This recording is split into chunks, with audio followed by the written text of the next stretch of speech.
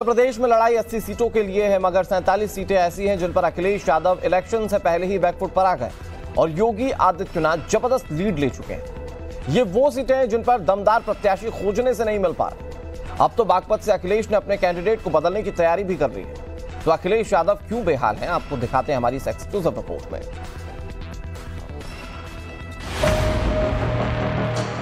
अखिलेश बेहाल है, 16 सीटों पर कैंडिडेट का अकाल है। कांग्रेस को समझ नहीं आ रहा कि बची 4 सीटों पर कहां से पैराशूट उम्मीदवार लाएं। जबकि मायावती भी कंफ्यूज है। वो प्रभारी तो नियुक्त कर रही, मगर 55 सीटों पर प्रत्याशी के नाम फाइनल नहीं कर पा रहे। ये हाल तब है जब विपक्ष यूपी में हो हल्ला मचा रहा है कि सभी 80 सीटों पर बीजेपी को हरा देंगे। सपा का प्रत्याशी कांग्रेस में जा रहा है, कांग्रेस का सपा में जा रहा है, और तब जोड़ तोड़ करके किसी प्रकार से ये लोग चुनावी अखाड़े में अपना दांव आजमाने का कार्य कर रहे हैं। बीजेपी के लोग दिल मिले ना मिले बस मुस्कुराते रहिए। देखा नहीं जिन्होंने क्या क्या नहीं सुनाया, क्या क्या नहीं कहा, उन्हें कैसे गले मिलाया जा रहा है। दूसरी ओर वे लोग हैं जो दल को तो मिलाना चाहते हैं लेकिन उनके दिल ही नहीं मिल पा रहे हैं। यूपी में पहले फेज का इलेक्शन 19 अप्रैल से शुरू होगा, यानी 15 दिनों से भी कम का वक्त है। ऐसे में सवाल ये है कि क्या समाजवादी पार्टी और कांग्रेस चुनाव से पहले ही सरेंडर मोड में आ गई, क्योंकि 20 सीटों पर गठबंधन के उम्मीदवारों के नाम अनाउंस नहीं है।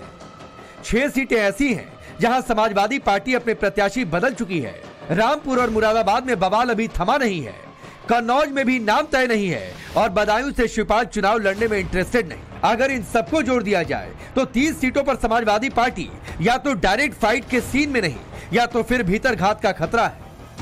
कांग्रेस के हिस्से वाली 17 सीटों पर भी अखिलेश बिल्कुल भी कॉन्फिडेंट नहीं कि कोई बड़ा कमाल हो पाएगा। इसीलिए ये कैलकुलेशन 47 सीटों का बैठता है, यानी यूपी की आधी से ज्यादा सीटों पर चुनाव से पहले विपक्ष ने एक तरह से बीजेपी को वॉकओवर दे दिया।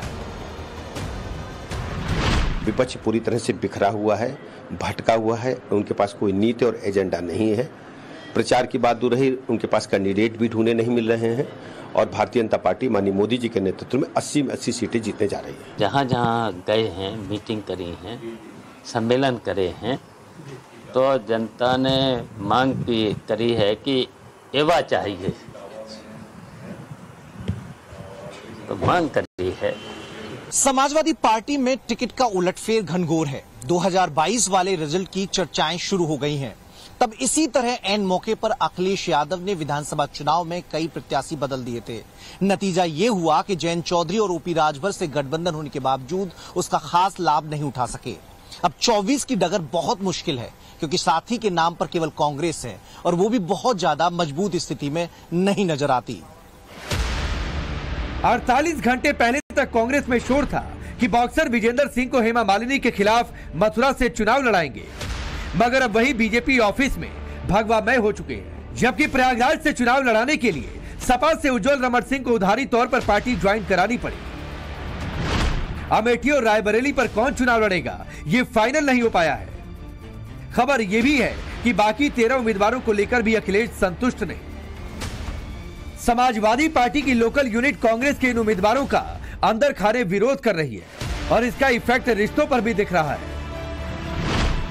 अखिलेश पहले यूपी कांग्रेस के होली मिलन समारोह में न्योता मिलने के बाद भी नहीं गए, तो कांग्रेस के रोजा इफ्तार से भी दूरी बनाए रखी। अखिलेश केवल एक ही बार आगरा में राहुल के साथ नजर आए हैं, वरना केवल दल मिले हैं, दिल अभी तक नहीं मिले।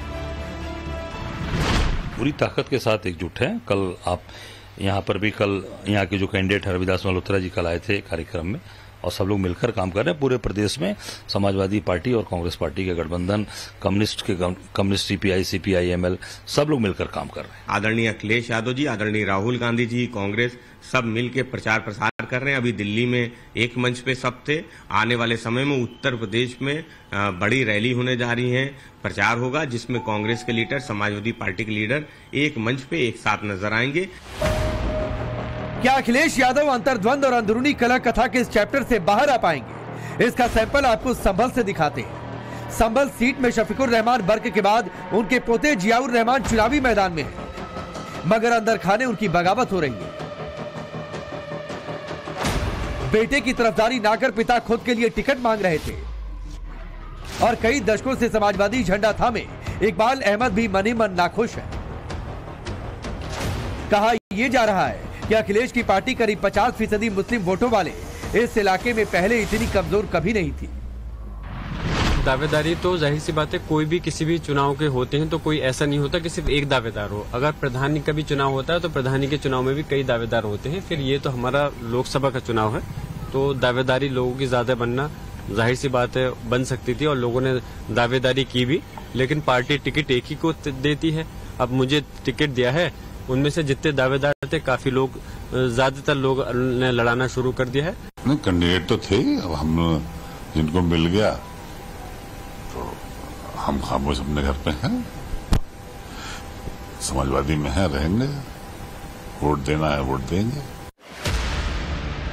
अखिलेश यादव की रणनीति से उलट बीजेपी यूपी की एक एक सीट पर फोकस कर रही है। कैंडिडेट तय हो रहे हैं, बूथ वर्कर से कम्युनिकेशन एस्टेब्लिश किया जा रहा है, वोटर्स में कंफ्यूजन ना रहे इसीलिए हर हिस्से के लिए खास प्लान है। मुख्यमंत्री योगी आदित्यनाथ बुधवार को आगरा में थे, गृह मंत्री अमित शाह मुजफ्फरनगर में, जबकि पीएम मोदी ने वर्चुअली यूपी की सभी 80 सीटों के वर्कर्स को संबोधित किया। सबका जोर यूपी में क्लीन स्वीप पर है, साथ ही टारगेट पर था समूचा विपक्ष जिसे प्रत्याशी ढूंढे नहीं मिल रहे।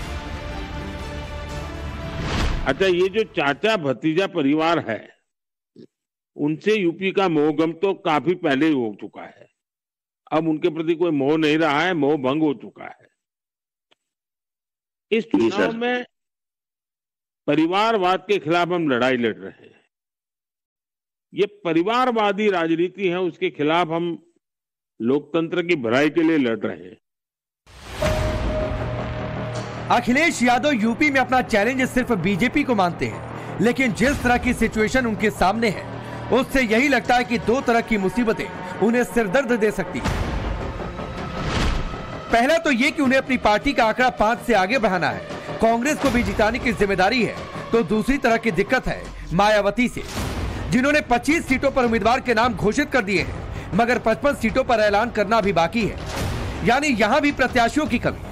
हालांकि इन 25 में से 7 सीटें ऐसी हैं जिन पर बीएसपी के मुस्लिम प्रत्याशी हैं। कयास है कई और मुस्लिम उम्मीदवारों को बीएसपी टिकट दे सकती है।